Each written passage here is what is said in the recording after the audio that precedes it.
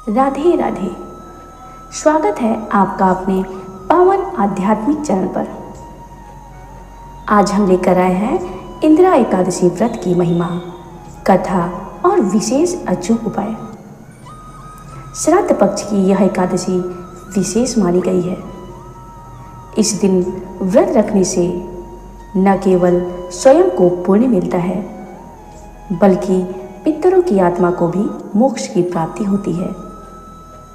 शास्त्रों में यहाँ तक कहा गया है, इंदिरा एकादशी का व्रत करने से पितर स्वर्गलोक को प्राप्त होते हैं और भगवान विष्णु प्रसन्न होकर भक्त की सभी मनोकामनाएं पूर्ण करते हैं। तो आइए जानते हैं इसकी कथा, पूजन विधि और विशेष उपाय जो जीवन की सभी बाधाओं को दूर करता है।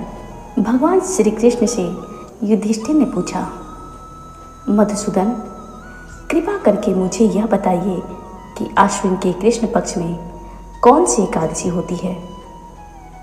भगवान श्री कृष्ण बोले, राजन, आश्विन कृष्ण पक्ष में इंदिरा नाम की एकादशी होती है। उसके व्रत के प्रभाव से बड़े बड़े पापों का नाश हो जाता है। नीच योनि में पड़े हुए पितरों को भी यह एकादशी सद्गति देने वाली है। भगवान श्री कृष्ण महाराज युधिष्ठिर को एक पौराणिक कथा सुनाते हुए कहते हैं, राजन, पूर्व काल की बात है। सतयुग में इंद्रसेन नाम से विख्यात राजकुमार थे, जो अब महिष्मतिपुरी के राजा होकर धर्मपूर्वक प्रजा का पालन करते थे। उनका यश सब ओर फैल चुका था। राजा इंद्रसेन भगवान विष्णु की भक्ति में तत्पर हो गोविंद के मोक्षदायक नामों का जप करते हुए समय व्यतीत करते थे और विधि पूर्वक आध्यात्म तत्व के चिंतन में संलग्न रहते थे। एक दिन राजा राजसभा में सुखपूर्वक बैठे हुए थे। इतने में ही देवर्षि नारद आकाश से उतरकर वहां आ पहुंचे। उन्हें आया देख राजा हाथ जोड़कर खड़े हो गए और विधि पूर्वक पूजन करके उन्हें आसन पर बिठाया। इसके बाद वे इस प्रकार बोले, मुनिश्रेष्ठ, आपकी कृपा से मेरी सर्वथा कुशल है। आज आपके दर्शन से मेरी संपूर्ण यज्ञ क्रियाएं सफल हो गई। देवर्षि अपने आगमन का कारण बताकर मुझ पर कृपा करें। नारद जी ने कहा, निपश्रेष्ठ, सुनो, मेरी बात तुम्हें आश्चर्य में डालने वाली है। मैं ब्रह्मलोक से यमलोक में आया था। वहां एक श्रेष्ठ आसन पर बैठा और यमराज ने मेरी भक्तिपूर्वक पूजा भी की। उस समय यमराज की सभा में मैंने तुम्हारे पिता को भी देखा था। वे व्रत भंग के दोष से वहां आए थे। राजन, उन्होंने तुमसे कहने के लिए एक संदेश दिया है, उसे सुनो। उन्होंने कहा है, बेटा, मुझे इंदिरा के व्रत का पुण्य देकर स्वर्ग में भेजो। उनका यह संदेश लेकर मैं तुम्हारे पास आया हूँ। राजन, अपने पिता को स्वर्गलोक की प्राप्ति कराने के लिए इंदिरा का व्रत करो। राजा ने पूछा, भगवान, कृपा करके इंदिरा का व्रत बताइए। किस पक्ष में, किस तिथि को और किस विधि से उसका व्रत करना चाहिए। नारद जी ने कहा, राजेंद्र, सुनो, मैं तुम्हें इस व्रत की शुभ कारक विधि बतलाता हूँ। आश्विन मास के कृष्ण पक्ष में दशमी के उत्तम दिन को श्रद्धायुक्त चित्त से प्रातः काल स्नान करें। फिर मध्याह्न काल में स्नान करके एकाग्रचित्त हो एक समय भोजन करें तथा रात्रि में भूमि पर सोएं। रात्रि के अंत में निर्मल प्रभात होने पर एकादशी के दिन दातुन करके मुंह धोए। इस मंत्र को पढ़ते या सुनते हुए उपवास का नियम ग्रहण करें। अद्य स्त्वा निराहारा सर्वभोग विवर्जितः शोभोक्षे पुंडरीकाक्ष शरणं मे भवाच्युत। कमल नयन भगवान नारायण, आज मैं सब भोगों से अलग हो निराहार रहकर कल भोजन करूंगा। अच्युत, आप मुझे शरण दें। इस प्रकार नियम करके मध्याह्न काल में पितरों की प्रसन्नता के लिए सालग्राम शिला के सम्मुख विधि पूर्वक श्राद्ध करें तथा दक्षिणा से ब्राह्मणों का सत्कार करके उन्हें भोजन करावें। पितरों को दिए हुए अन्नमय पिंड को सूंघकर विद्वान पुरुष गाय को खिला दे। फिर धूप और गंध आदि से भगवान ऋषिकेश का पूजन करके रात्रि में उनके समीप जागरण करे। तत्पश्चात सवेरा होने पर द्वादशी के दिन पुनः भक्ति पूर्वक श्री हरि की पूजा करें।